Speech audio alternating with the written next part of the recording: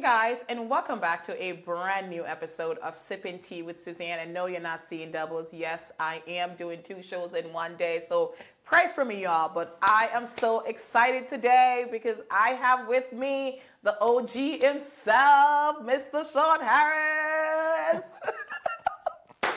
Are you crazy? Welcome to the show, Sean. Thank you for having me. I am Happy to be here. excited. Me too. I'm excited. I've been trying to get you on the show for a while. Or I think we talked about you being on the show or something like that. Yeah, but you were transitioning and it happens, but we're here now. We're here now, and we're here and we're not leaving. So as I mentioned, with this new studio, we are doing 2 shows in one day. We had some technical difficulties today, so we just did the episode, and now we're doing this other one. Just want to call out a few people. Thank you so much for my loyal subscribers. Thank you so much for tuning in week after week or waiting for when the show comes back. Make sure you hit that notification button so you'll be notified every time we go live and every time we upload new content. Want to shout out Lifeguarding Cafe, my space sponsor for season 1. Thank you so much. Paul Anderson Photography, my sponsor for season 1 and season 2. And don't forget to reach out to me because we are looking for sponsors. So if you're interested in sponsoring a growing local brand and studio, please reach out and we'll have all our sponsors announced in January. So I'm going to turn around because I am here to chat with Sean because this is your hour. This is your hour. So welcome to the show. So let's talk a little bit about who you are, what you do, and then let's dive right in. All right. What do you want to know? All right. So, Sean, you were recently hired. Or was it a year now that you were hired at QCC? Your title's long, man. You say it. Nah, I've actually only been in that role for 4 months. Oh. Yeah, I've only been there 4 months.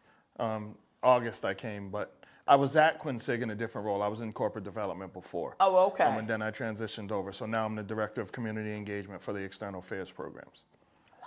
Yeah. And at the end of the day, what it means is looking at all our forward-facing stuff. What are we doing in the community? What are we putting our name on? What are we sponsoring?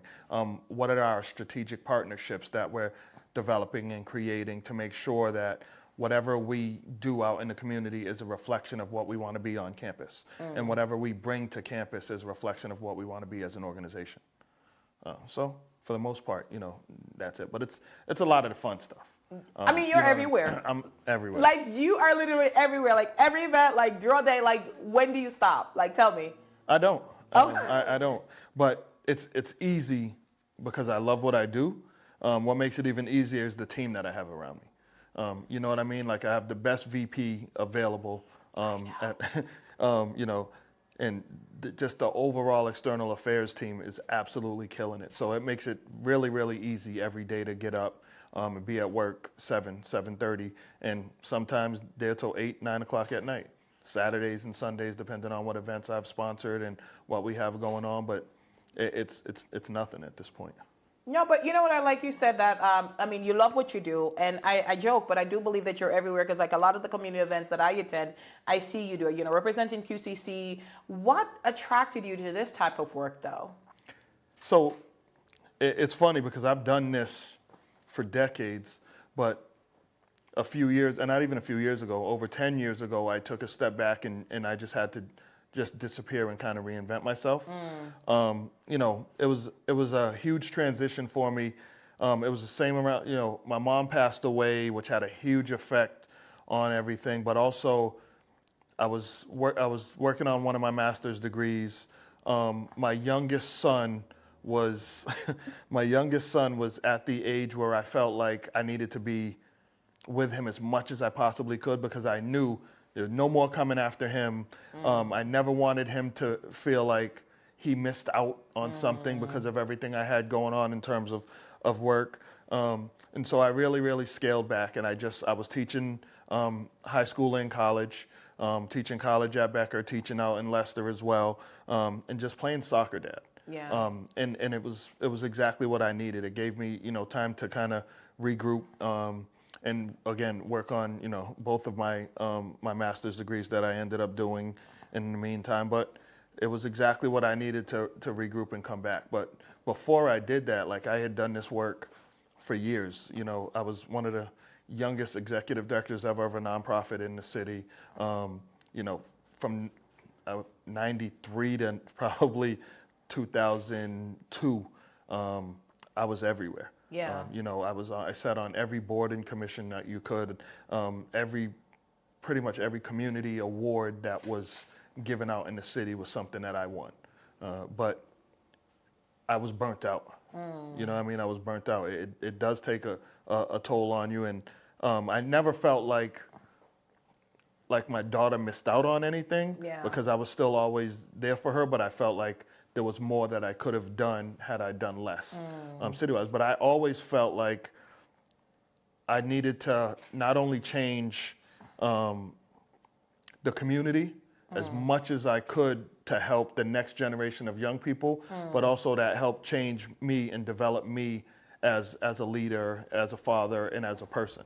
So it was always really, really important to me to be able to do those things. But I didn't understand what burnout looked like. Yeah. I didn't understand that you can't do it all. You can't burn the candle at both ends. And I did that for a while, and then it kind of took its toll on me. So it was good to be able to step back and start over again. No, that's actually really cool. I mean, typically you rarely hear fathers, you know, say that, like, I wanted to be there, because, you know, once the wife's there, they're like, okay, like, I'm done. My job is to provide. But as you mentioned, burnout happens. It's really hard to be everywhere and do everything. And like the work that you're doing now, it would be really challenging if you had a newborn, or, you know, you just wouldn't be able to see them, because like you mentioned, a lot of the events that you sponsor, like, it's not during the day, during work hours. It's after 5, it's after 8, it's Saturdays, it's Sundays. And, you know, like, you have to have a presence in the community, especially being a community college, and QCC is doing some things. So I think that's really cool that you were able to say, like, hey, you know, and I'm sure your son appreciated it. I'm probably when he was younger. By the time he was in high school, he was like, "Fam, you gotta go. I can't see you when I wake up, and then I'm in school throughout the day, and you here like barking out." So he was like, "Fam, you gotta go." You're out. And also, like, you know, it lined up kind of with the pandemic hit. Yeah. You know what I mean? So it was, you know what I mean? Everybody was home, and so that made it a little easier to transition as well. But he was like, "Nah, fam, you gotta go. Like, this is too much." Them kids, man, they be humbling you. That's my guy, man. Like, they be humbling you, but that's good though. He was like, "Yo, I'm not 11 no more, B. You can break out." He's like, I'm good. I got a house key. I'm good. Like, I'm good. I could come and go. I could drive. I could do my own thing. But no, that's really cool. Listen, for now, he was like, okay, fam, you can go. He's coming back though. Like, they come back. Oh, no. We again, you know what I mean? No, That's my. That's your guy. It's crazy because we both work at Quincy. Yeah. He works up in the gym, and when he started there, I didn't work on that campus. We worked on 2 different campuses, and now that he works there, sometimes like I'll get to work and I'll come in and I'll pop in my office and he'll be sitting at my desk eating, and I'm like, "Yo, what are you doing?" Like, and they just let him in. They're like, "Yo," I'm like, "What are you doing? Like, you can't be in here." But you know, he pops in and checks in on me and all of that, and I find, like, I know when he leaves work and when he comes in. I try to get him to come have lunch with me today. But he was like, "Oh, why didn't you text me earlier? I just paid money for food. I just wasted my money. You got free food down there. I just wasted my money. You should have hit me earlier." So my bad. Oh my God! So he wasted money buying food because you know. We had our multicultural holiday event today. Oh yes, you did. Yeah. So. Yeah, no, that's pretty cool. No, I mean, I love that. I don't know if my daughter would want to work at the same place as me, but I love that you guys are able to work together. Also, we're on the same campus, but we're still far enough away. That, like, you guys are, like, like, on top of each other. He's like, "Dude, I'm seeing you everywhere. Like, back up." But that's pretty cool. But no, so you mentioned a couple of things that you did in the community, and it's like when I mentioned, like, you're everywhere, and honestly, I'm not gonna lie, it feels like you were in the community a lot longer, because I felt like I saw you, but like we weren't kind of in the same.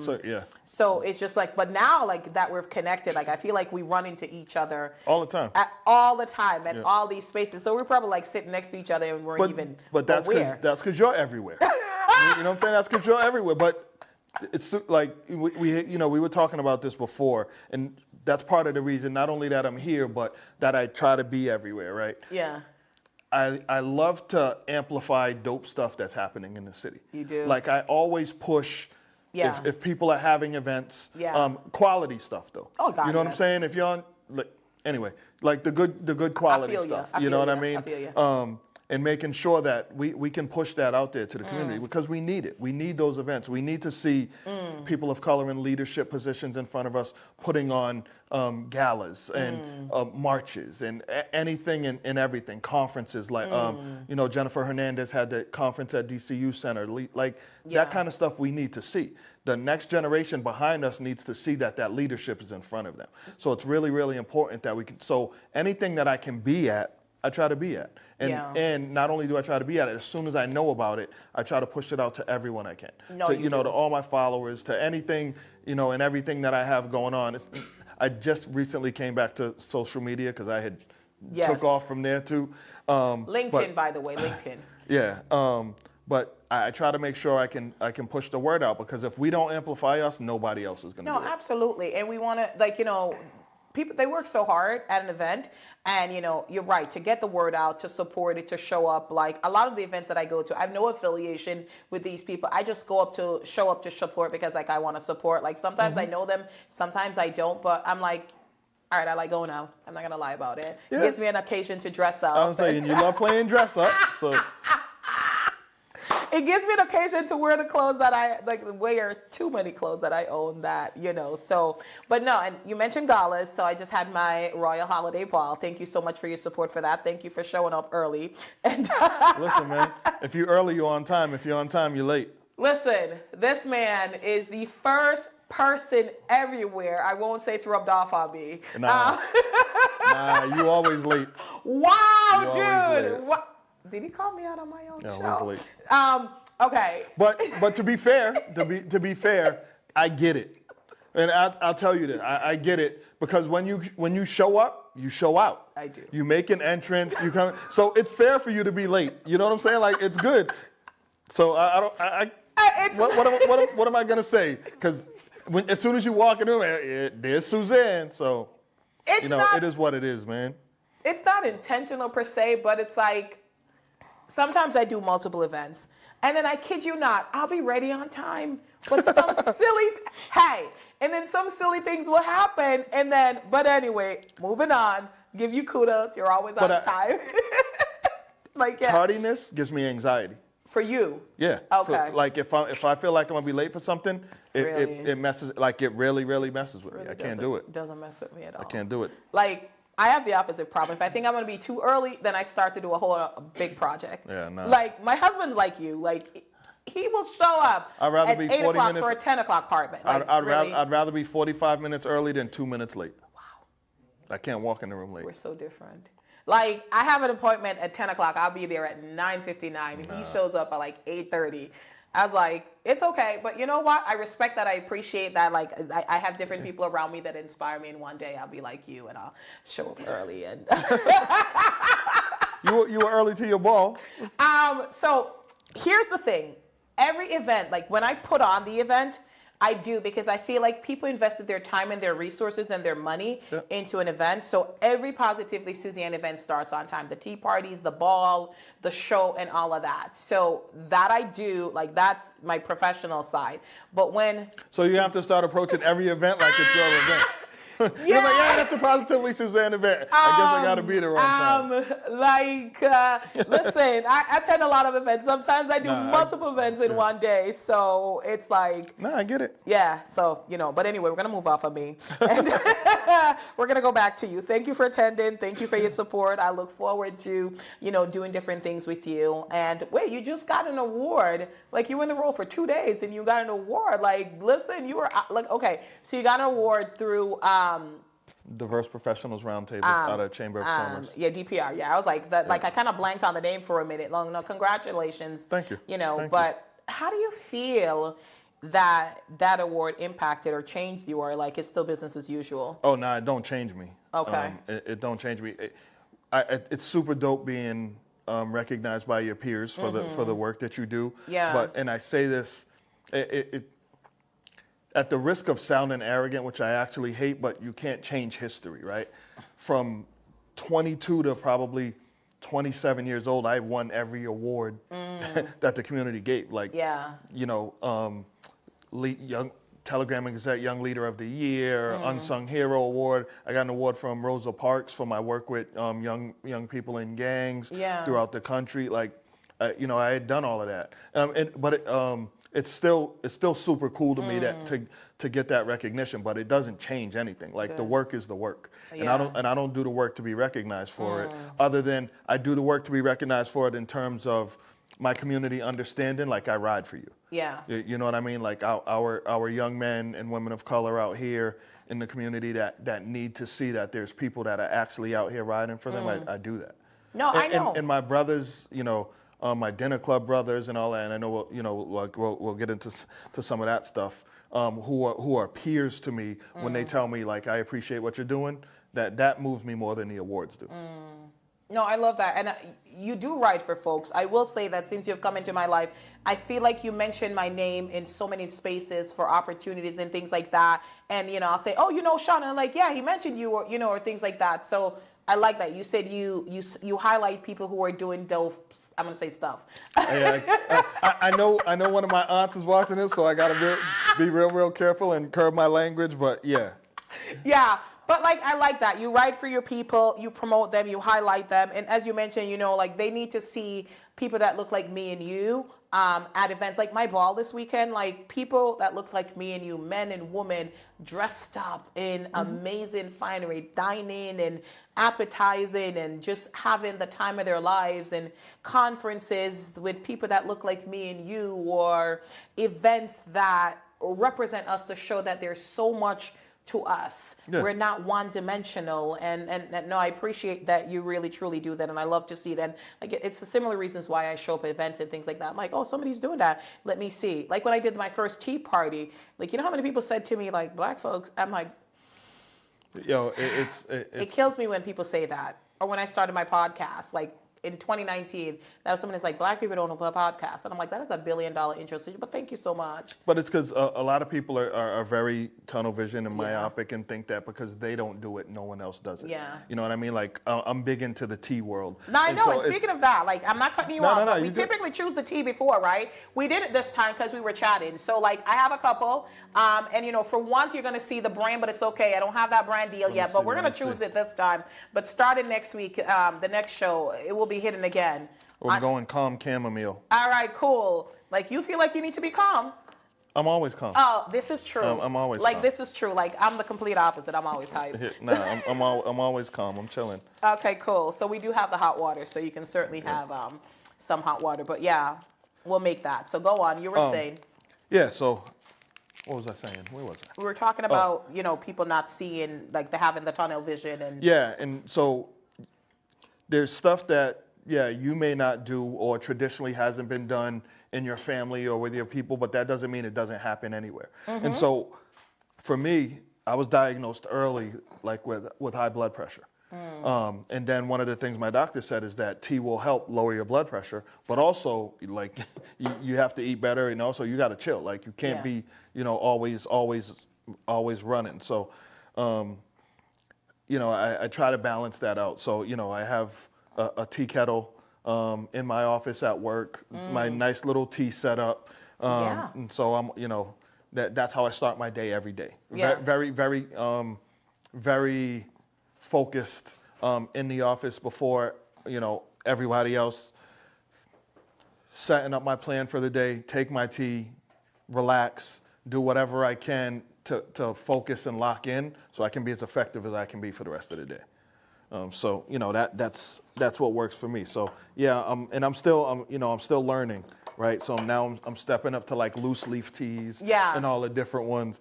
And it's good and bad in terms of, like, I'll find someone, I'm like, oh, this is fantastic. Yeah. And then I'll try another one, and I'm like, yo, what was like sewer water? I'm like, yo, what is this? So you know, it's good with trial and error. And to be fair, like, I'm not a risk taker when it comes to, like, food and drink. Like, I like what I like. I don't really venture out. Like, I don't try new stuff. So for me to try that, again, that's one of those things about stepping out of my comfort zone. And even if it's something as simple as tea, you know what I mean? That's what I need to do. So. Well, speaking about tea, like, my producer's gonna bring you know, like, you brought me a box of tea. Yeah. And I'm excited about it because I've never had it before. Have you had it?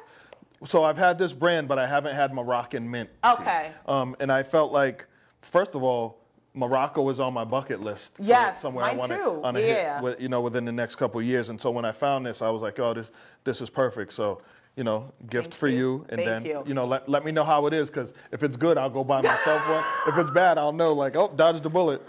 I'll try. So, like, he did bring it in a bag and everything, but I wanted y'all to see it. So, thank you so much. I do. I mean, I enjoy tea, and I've never had coffee, never tasted it, never tried, never been tempted. So, I've always been like from Jamaica, like just always been a tea drinker, and I love it. But you rarely find men that like love tea. And you know what? Let me not say that. In my circle, I haven't run across a lot, but I'm sure there's a whole colony of black men sitting out there drinking tea. So you know what? Do your thing, and please send me your tea recommendations, because I like trying out. But you're right. Some of it does, like, you try tea and it tastes like dishwater. Oh man. You're like there's some joints that I just leave alone. I'm like, well, at least I knew. Yeah. You know what I mean? Well, you try it. Yeah, but no, I don't. I'm not adventurous with food and tea, like, to an extent. Clothes? I'm trying. No, I'm trying. I'm stepping out a little bit, but yeah, out of your comfort zone and just doing different things. I think tea is fine. I think tea is fine. I don't do too many experimentation with, because they be doing too many crazy things with it. It's kind of like, all right. So what's next for you? Because in this role, like, you've been in it for 4 months. You have become such a presence in the community. Like, you're expected at these events now. So, and obviously, is the role new for QCC or? No. It's a role that's been there, but it's evolved and developed over time. And different people have had it. Deborah Gonzalez, who's now at the Worcester Public Schools, held the role before I did. And I think she was in there for a while, and I don't know, but I do know that the role has changed and evolved, but I want to change and evolve it even more. Like, I want to have a greater impact, not only on the community, but on the campus climate. I want to do whatever I can to make sure that when our name is synonymous with being the hub for what community colleges look like in the area. Yeah. You know what I mean? I want to bring stuff back to the campus. And it's an unfortunate timing, because we're under construction. Like, we're building, we're growing. So a lot of the stuff that we were able to do on campus before, we can't do. Yeah. Like, this is the first year in, like, I think 38 years that the Martin Luther King breakfast won't be at Quinsigamond this year. It's going to have to be at Assumption College, because we don't have the space. There's space, yeah. You know what I mean? So it's unfortunate, but I want to make sure that as we come out of our renovations and all of that I have a greater impact on campus and on the community, and making sure that our name really is synonymous with what a community college should look like. All right, good. I mean, I do think QCC's doing a good job. I'm an alum, and I love it. Like, QCC call, I show up because I respect it. I love it, and I don't think it's like a last resort school. To me, it's a destination school now. Yeah. Like, it really is. Like, show up. There's so many different things going on. I'm gonna have President Pajra on this show. He doesn't know it yet, but he will be. And he's a good dude. He'll say yes to me. And I'm sure he's gonna be talking about Mass Reconnect. That's one of his favorite topics. Yeah. I told him I'd hit on Mass Reconnect. Yeah. So let's talk about that.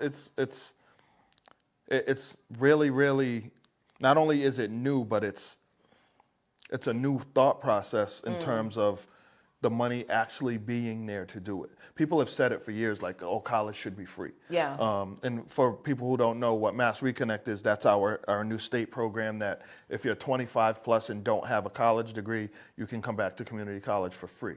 Yeah. You know what I mean? And like I said, before I came to this role, I was in workforce development, in the corporate development side, creating pipelines for the industries that Massachusetts is synonymous with, around manufacturing, healthcare, IT, and all of that stuff. And some of those pipelines don't exist.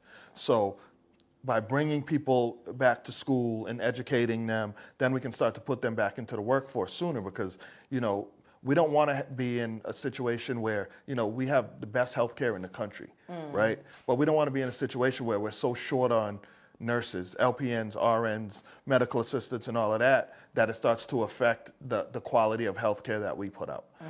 So we have to make sure that we're constantly creating pipelines, because if there's no feeders, it's going to look real grim over the next couple of years. No, absolutely, because like people grow up, people evolve, go to other roles. It's the Great Resignation. People are checking out. You know what I mean? The Yeah. boomers are gone. Like and people are retiring and people are dying. So so like you're right, there is a need. I think there's a need to constantly feed, and like you said, that pipeline to make sure that you're not like we're short staffed enough as it is in every industry. Every industry. Every industry is impacted. If you look at like hospitality, restaurants, and like some of your favorite restaurants are open, only 3 or 4 days now because they don't have anyone working in the back of the house, or their hours are cut significantly. We can't pump out prep chefs, line cooks, hospitality, fast enough. No. Same thing with our LPN, our nursing program, which obviously one of the best in the area. Everyone that's why we have the wait list that we have, but we can't pump out people fast enough. It doesn't work that way. So. No, not at all. Like there's a structure and you have certain criteria to hit and certain amount of years to get it executed because you still want to you don't want to downgrade the quality just because you need more people. Mm-hmm. So the work still has to remain the same. The top of the line, it's hard to get into, but when you get into it and graduate of it, you have gotten a top-notch education, a top-notch degree. But also, there are other ways Go through our short-term medical assistant program. Okay. Become a phlebotomist, and then you can work in the industry while you're waiting to do the rest of your stuff, and you already have a foot in the door in healthcare. That's smart. That's very smart. So there's just so many different avenues and resources that are available at QCC that I'm sure. So if somebody wants to find out more about QCC, the classes that's offered, who do they connect with? Well. Mass Reconnect has its own website. The website is already up and running. Good. You know what I mean? So jump on there, but feel free, go on, qcc.edu, and all of our departments are listed there. Hopefully, when you reach out to someone, you get the response that you need. I can't speak for every department in the college, but I know because I work with these departments all the time. I know people in admissions are top notch, like advising top notch and all that. So you get the right people, you'll get exactly what you need. If not, I'm there. Yeah. You know what I mean? And even though a lot of that is not my role, I'll take you to where you need to go. Absolutely. Like I'll connect you with who you need to be connected to. No, you're a connector. You like to connect it. Dot connector extraordinaire. That's in my bio. Like you used to connect folk. You love connecting folks to different resources and uplifting them and empowering them. So that's our QCC persona. I want to jump back to something that you talked about, your men's dinner club. Okay. Now, when I spoke to you several months ago, you spoke about this dinner club and just the pride in your voice when you spoke about it. And so tell me how that got started and how long you've been doing it and really what is it? So I know it actually took us a year to even name it. Okay. Because we didn't know what we wanted to call it. The name is the Dinner Club. That's it. It's the Dinner Club. Simple. It didn't need to be anything crazy. Yeah. And it actually developed really, really organically, and that's why I appreciate Dinner Club so much. Again, I was working in corporate development, and I was constantly in spaces where I'm meeting with business owners, CEOs, CFOs of all these major companies, and I'm in these spaces all the time, and there's no one in any of these spaces who looks like me. And it was getting a little tired, and I'm like, damn, like where are we? Coincidentally, there's an organization out of Boston called the Dinner Group, and the Dinner Group out of Boston has been in existence for years, but their membership is hundreds of men of color, and every year they have a Men of Color conference, annual conference in Boston, down at the Omni Seaport. Last year, I was blessed, jumped on the train, went down there, and when I walked in, it was just a sea of people who looked like me, CEOs, CFOs, personal trainers, like it just ran the gamut of what we were as black men. And I was like, damn, like I felt like I was at home. So I was talking to people the entire day. And not only was I able to, like, it kind of sparked something in my brain. But I met, Worcester had a great representation there of some dudes who I had seen but had never done any work with. So, you know, we connected and we talked. And then coincidentally, then a couple weeks later, Chamber of Commerce Diverse Professionals Roundtable was having an event. I attended the event and I met this brother, Jamal Gilbert. Jamal Gilbert, who I love, and he reminded me immediately as soon as we started talking, because he's from New Orleans, and he reminded me of all my cousins from New Orleans. The same New Orleans accent, and he was talking, and he was like, "Yeah, man, I'm leaving. I'm getting out of here."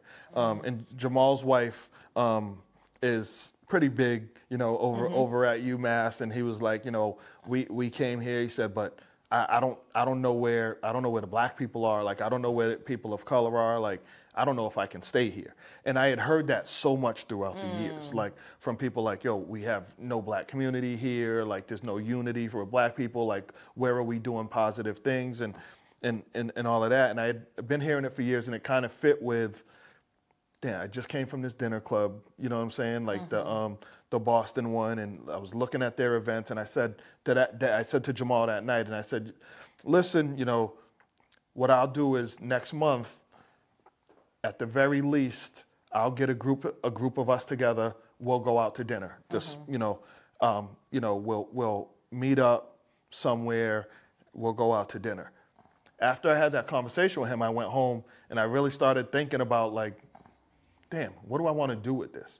And I came up with a couple of things. Like, I wanted to be really, really intentional about how I approached Dinner Club. So we had our first one, only like 8 to 10. I only invited like 8 to 10 people. Kevin Levancy, who was not new to the city, but new to Quincy as well. Queasy Foster, Jamal, obviously, a couple other brothers, and we met at the Fix. And our first one was at the Fix, and chopped it up. And every one of them was like, "Oh, this was such a great idea." It was like I had an opportunity to sit and break bread, and all that. And then it started to evolve even more. And I started thinking, like, what do I want out of Dinner Club? And a couple things came out of it: a space where we can go break bread, be ourselves, regardless of our titles. And yeah, like those things matter, but they don't matter, right? And there'll never be, for me, there'll never be no ask out of Dinner Club other than you pay for your dinner and you tip your bartenders. That's it. Like, it's not going to be a sponsored thing like, oh, I need you to sign this petition or anything like that. There'll be no ask from me. And I wanted to be really intentional about that because there's not a lot of us moving in a lot of these spaces, so we're always the ones that get asked to do everything, to represent your community at everything. So I didn't want that to be the same at Dinner Club. So we had the first one, pretty successful, and I said, so what I wanted to do is make sure that every single month we did it at a different local restaurant, because I wanted to also be able to amplify that we have some dope restaurants here. So every single month we did it at a different restaurant.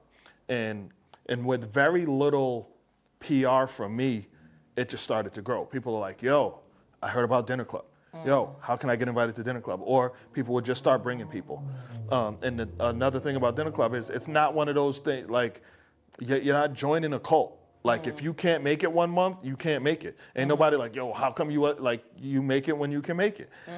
You know, we're all busy. We have lives. But now we're at the point that we've gotten so big that we can't even order off the menu really anymore. Like, we have to have either catering or, you know what I mean? And which for me is super, super dope in terms of I didn't see that happening. So we've been up and running. We just did our 1 year anniversary in October. We did it at the Fix because that's where we started. And I mean, when you look at that group and you look around the table, you know, we got 4 brothers, PhDs in there, but we got brothers that are sitting at the same table, having the same conversations with them, breaking bread, that felt like, yo, I only got my GED. And there's no difference to us. You know what I mean? There's no difference to us. That stuff doesn't matter. And at the same time, it helps because we're networking on a regular basis with each other. And there are people in there that, that are real estate brokers. And somebody's looking for a house. Like, oh, I go to dinner club with this dude. Immediately, you've made a contact, and this person can say, yeah, use this person for your mortgage, use this person for this. And that never comes from me, though. That's the organic conversations that happen at dinner club. And that's what I appreciate about it. I love that. When you first told me about it, I was like, this is so dope, because I do a lot of things in the women's space, and a lot of people always say to me, like, oh, you should do for men. And, men will say, like, how comes you don't know anything for men? And I say, because that's not my wheelhouse. That's not what I know. That's not, I have no interest in that. Nothing wrong with it. Yeah. And when you told me about it, I was like, no, this is so dope. Like, because one thing black men gonna do is create a community. And we're tribal by nature. Like, people are tribal by nature. Yes. So. And just this opportunity to get together, to be themselves. And, like you said, like there's lawyers and doctors and all these people there, but then there's just regular dudes. Me. And like, there me, is regular dude. Like, then there's you, right? Yeah. Like, and the founder of it, and it's no agenda. They're just coming and getting together and talking and being themselves, and no women, and just, not always. No. Some months. Yes. We allow people can bring their partners, whether it be a wife, a girlfriend, a boyfriend, a husband. We don't care. Some months we do allow it, because we were catching some flack. Like, hold on, y'all are going to dinner every month. We don't get to come. And a good friend of mine who I've known since we were kids, his wife was like, when's the next dinner club? When's the next dinner club? So some months we do allow. It's okay. People bring their spouses. It's okay. Listen, I do a lot of things for the women that, like, the men's not allowed. Yeah. And that's fine, because I would say too, and sometimes I'll get some flack from women, and I say, the reason why I really try to keep certain things for women only, because when a man's in a space with women, it shifts the atmosphere, and sometimes cattiness comes out, sometimes like they're preening and all that, and I just wanted them to be themselves and just authentic. But at least it's partners, versus it's just like random females, because that will shift the atmosphere and not be what dinner club is supposed to be about. And our dinner club last month in November, the restaurant we were at, we were like really the only ones there, but we were in the back room. Yeah. But to get drinks, we had to actually leave the back room and come out to the bar. So members are, they're walking out, they're grabbing their drinks, and they're coming back in. And then the wait staff comes into me and she says, hey, there's a table of women sitting out there that keep wondering, where do all of these handsome black men keep coming from? And can we go back there? And I was like, no, absolutely not. No, like, do not send them back there. So I got a good laugh out of that. But they were like, they just keep funneling out. Like, where all these men keep coming from? Because you see, a room full of well-dressed, good-looking black men just handling this. It's like, it's an attraction, and like you have a table of single women, they'll be like, who'd that be? Yeah. And it was pretty funny. Like, it's really dope. I love the idea behind it. I love what you're doing, and congrats on the 1 year. Thank you. And just continue to do what you do, and so is there a fee to join dinner club? No. You again, you pay for your food. If you tip your bartenders. That's it. That's it. So now, because we've gotten so big, what typically happens is, like I said, we have to have it catered. So I'll contact the restaurant, what's your catering menu like? And then I'll go through the choices, and I typically do, most catering places will do like, a fish, some sort of seafood, a beef, a chicken, a pork. People get mad, but I never do the pork because I'm not ordering the pork option. Sorry. I don't do pork. But I do a seafood, beef, chicken, a bunch of sides. I get the total from the restaurant based on the number typically, and then I just divide that number and tell them, for the most part, typically you never spend more than $40 on dinner. Yeah. You know what I mean? And then members will either cash app me. I have brothers who, as soon as dinner club for November ended, cash app me for December. Like, I'm good. I'm ready to go. You know what I mean? Like, they'll cash app, they'll Venmo, and I just pay it all that way. But that's good though. Like, they take the guessing out of the way, and I love that about like the fact that you keep it like so low, because you have people that can afford to pay $150 for a meal, and you have some people that can't. Yeah. So keeping it there, like somebody doesn't feel like they have to miss dinner club because, you know, you're going to Fufu Fon Fon restaurant and you're charging, it's like $1.50, like for gold plated steak. And plus, like, I'm not doing $1.50. So those restaurants, I'm not calling them. Like, no. I mean, I'm not either, but like, I just, you know, but that's really dope. I'm proud of that. I love that. When is the next dinner club for this month? Have you guys decided on a place yet? We're actually looking at doing a holiday event, but we're not sure yet. Okay. You know, it's going to play out. Hopefully, I'll know within the next couple of days. You know, because the holidays are running down on us real fast. Everybody is busy. Yeah. And that's the thing, making sure, you know, everybody can make it and all of that. That's always tough. So, but you know, hopefully I'll have something flushed out by the end of this week. All right, cool. Around dinner club, and you know, we've had companies like real estate companies and a couple of the like financial houses that have reached out and said, listen, can I sponsor a dinner one month? Because, you know, they want to be a commercial. They want to come in and like, listen. They do. Absolutely not. Tell them to sponsor this studio. I'm gonna be like, nah, go mess with Suzanne. Like, I need sponsors. Yes. But you know, last month we did have a presentation because one of our members, Christian Lopez, he launched an app called SnowGo, and it's his app. You know what I mean? And as a dinner club member, we're like, yo, talk your talk, fam. Yeah, like, do your thing. you know, but he was giving other dinner club members T-shirts to advertise for him and all of that. And so, yo, go download SnowGo. Yeah, it's like a mix of Uber, DoorDash meets snow plowing. Like, if you can't get out and plow your driveway and all of that, you can literally have a subscription. You go in, they'll come in and remove your snow for you. So that's pretty cool. If you have, you know, elderly relatives and you can't get to them, you can download the app and make sure that your grandmother gets plowed out. I mean, I don't shovel snow, but yeah. I had no expectation that you would, Suzanne. But, you know what, Sean? Listen.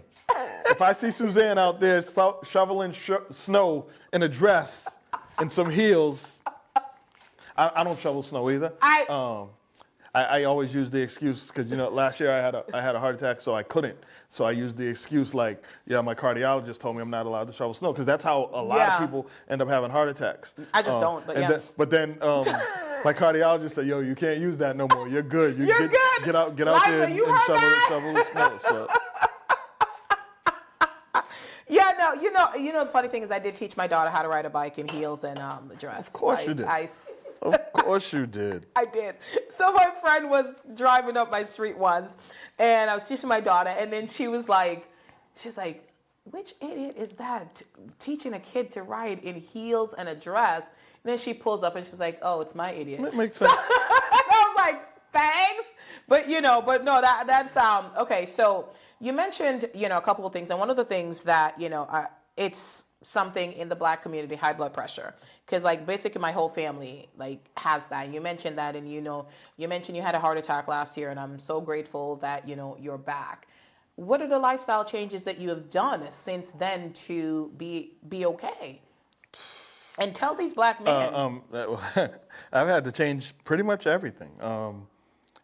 But the crazy part is, and my issue is that I knew better, so I should have done better. Like when it happened, like I didn't seek medical care right away. I was on some like, nah, this can't happen here. So like I dipped and went home. You know what I mean? Like that kind of stuff. And so once I finally got in and did what I was supposed to do, it actually took them almost a year to figure out what the issue was with my heart. But in terms of lifestyle choices, one, how I eat is totally different, and that's a huge adjustment because, you know, I've been the same way for over 40 years. We love some pride. You know what I mean? And so, but what my nutritionist and my cardiologist said is it is lifestyle choice around food, but portion control is a big part of it. You know, what you put into your body, obviously, but you just can't go cold turkey and think like you're just gonna stop doing it, because then when you start craving it, you're gonna overindulge in it. So you gotta be smart. You just have to eat differently, and most importantly, like, you have to exercise and you have to work out. So I recently. That's so close. I recently just got the green light where I could actually, you know, go back like full speed. So I've been trying to do as much as I can. Every single day I can. I'm in the gym. I'm swimming as much as I can.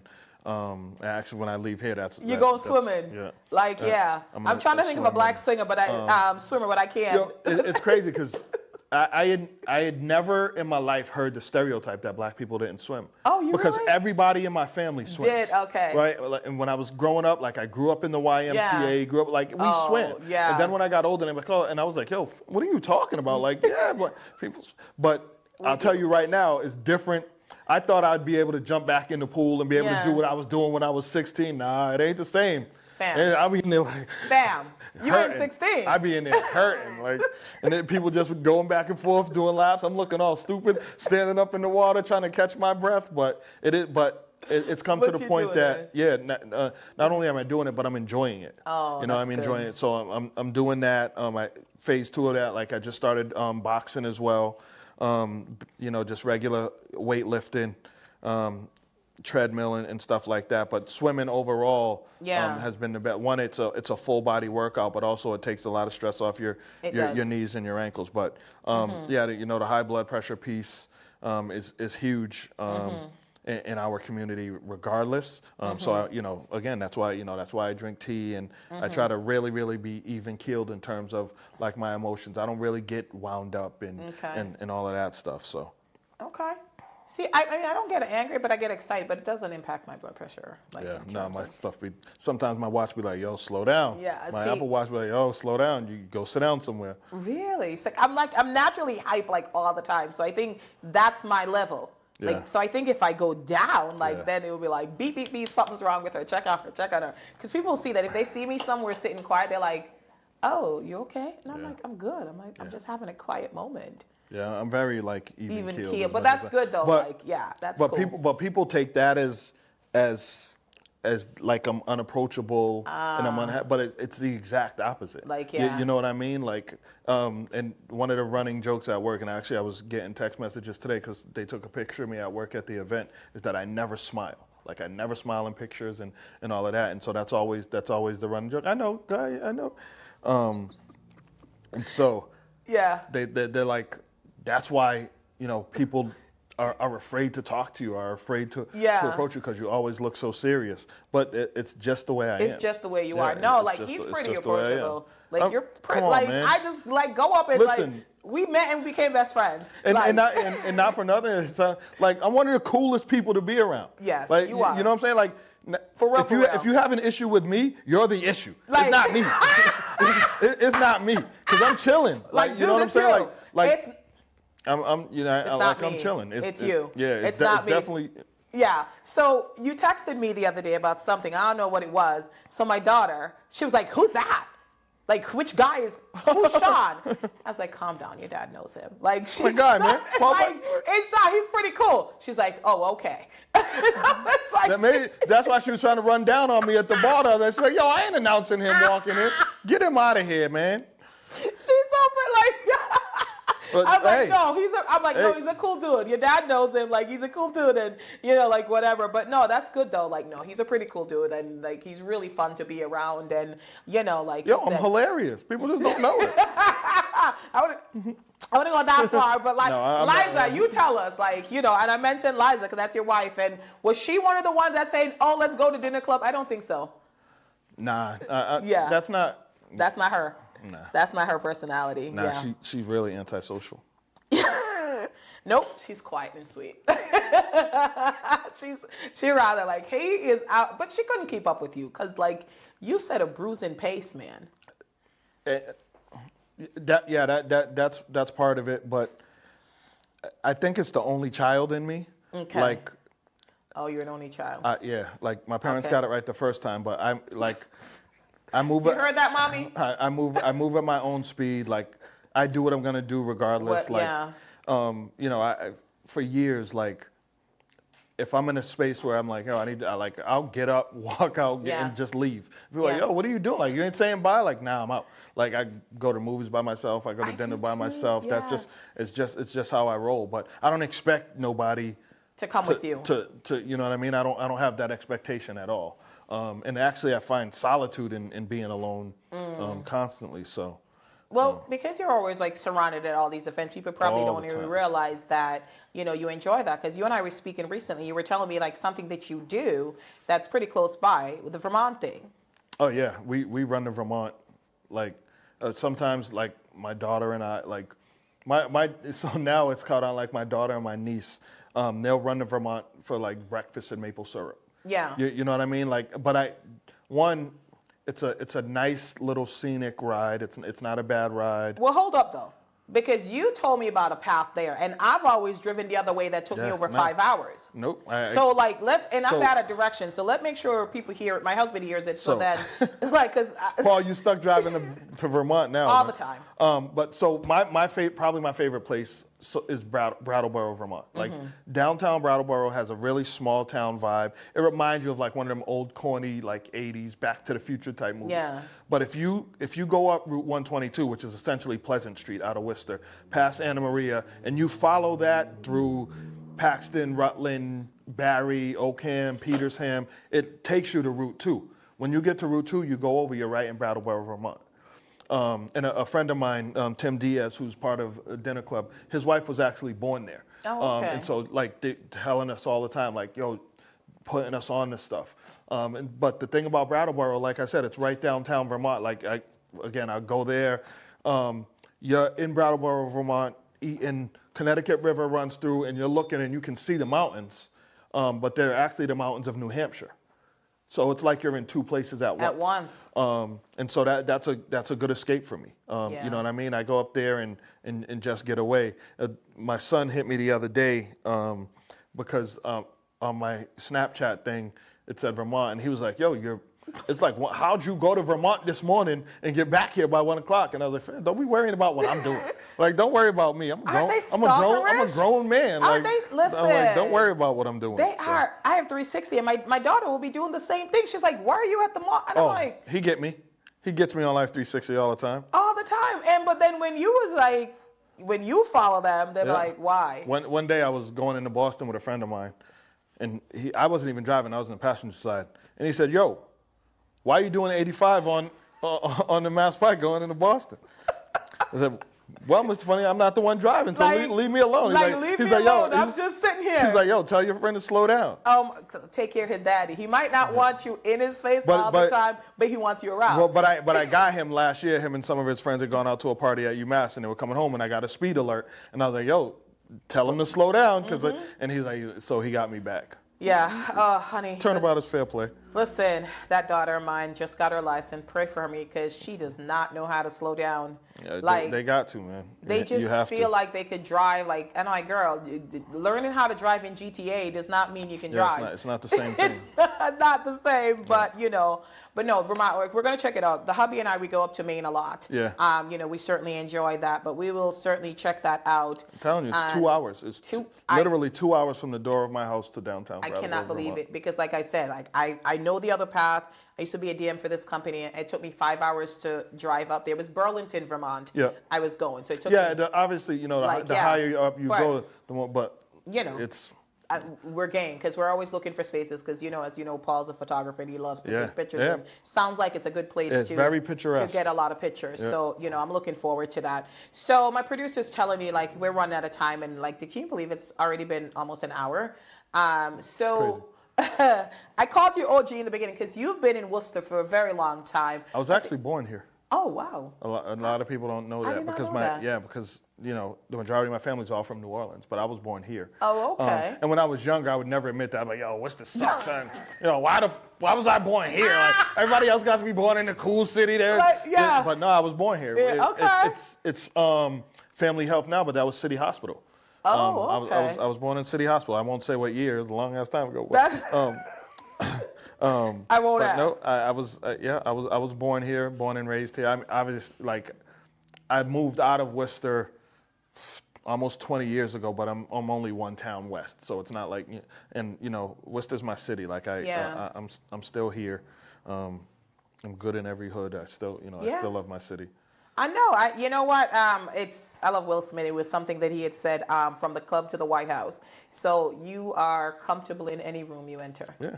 Like the Yeah, Jay-Z quote. I told you, man. That's literally my mantra. Like I walk in every room as myself. That's it. Like I'm not anybody else. I'm not cowering. I'm not speaking soft. My voice doesn't change. Like and I was having this conversation last night, and one of our students was talking about like code switching and all of that, and I said code switching and authenticity is not it's not the same. Like you know what I mean? Like in certain spaces, you act certain ways. Like, you know, you're not in a meeting with 4 or 5 millionaire CEOs just talking reckless about what you did over the weekend.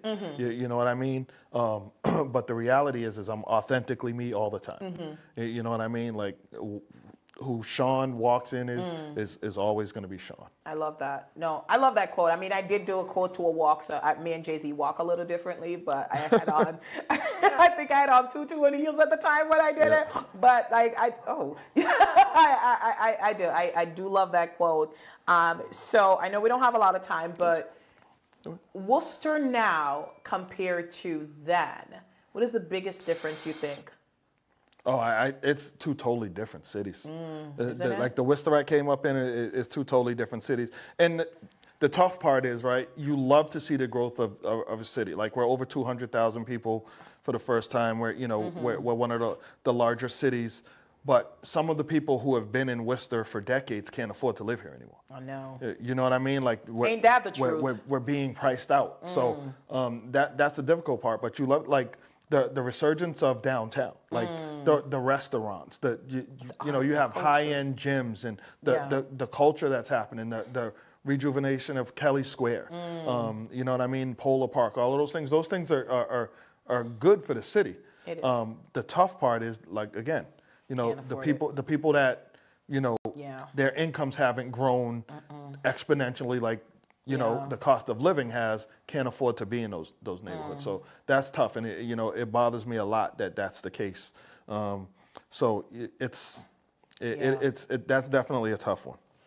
Well, I mean, I do agree. I mean, even when I came to this country, it's so different. Yeah, I was born in a cool place. I was born in Jamaica. I was born in a cool place too, City Hospital. Okay, all right, cool. When I came, it's completely different. But I think one thing hasn't changed. Kelly Square is still a nightmare to navigate. I don't care what city, like whatever. Then now it's just like it's insane certain times of the day going through Kelly Square. I almost got hit by a car in Kelly Square the night of the Day of the Dead event. Of course you did. One of my coworkers, Jenny, she couldn't find where the event was. Yeah. And so they're like, oh, and so I go outside to walk them in, her and Viviana to walk them in, and this dude comes flying, and I'm like, yo, and he looked at me like it was my fault. Oh yeah, they do. Like, they don't care, and even though they changed the shape, people are crazy. They don't care. It is insane. Like I go through that, and I'm like, I feel like I'm in New York. I'm like, boom, boom, boom, like zip, and Paul's like, wrong lane. I'm like, I have no choice. That's where I gotta be. Like, all right, like that's my gangster moment, but. I have some guys. But we're here now. You know, it is what it is. It is what it is. Let's make our mark on this city. Absolutely. So proud of you. So proud of everything that you're doing. Just the work that you're doing at QCC, amplifying, you know, honestly, seeing somebody that looks like me in QCC in that role out in the community is very inspiring. And, you know, I talk about QCC. I was already proud of it. But to see you in there, I'm proud. I'm like, yeah, like connect with Sean, blah, blah, blah. Sean knows everything. So don't let me down, bro. No, I got you. Yo. I got you. And if I don't know, I'll find out who does. And that's the important thing. You know what I'm saying? Like, I don't know everything. I don't know everyone. But if I don't know, I will find who. And you don't want to. I will steer you where you need to go. No, I appreciate that. So thank you for being you. Thank you for being encouraging, inspiring, and a leader, and for amplifying cool stuff and people that are doing cool stuff. You know, we're gonna sign off, but you know, 30 seconds because my producer's looking at me like he's like, you got 1 minute. So, and I try to avoid him when it gets to this time, but 30 seconds. Let's just encourage our people. Thank you for having me. First of all, continue to do dope stuff. You know, it's always collaboration over competition. Amplify each other. Let's build each other up because we're always stronger together. And it's never about me. It's always about we. All right. I love that. And I think that's the perfect way to end the show. Sean Harris, everyone, community leader, advocate, honestly, very inspiring. And he doesn't, he wears many hats in the community, but as he said, if he doesn't know it, he's going to connect you to who know it. So connect with him. If you're a guy, you're interested in dinner club, let's find out about it. Let's continue to do things in the community that elevates us, that allows us the opportunity to communicate, allows us the opportunity to collaborate, because I'm telling you, together we can do so much more than separately. And until next time, this is Suzanne saying, actually Suzanne and Sean saying happy holidays. We're going to do that. Saying happy holidays. Peace out.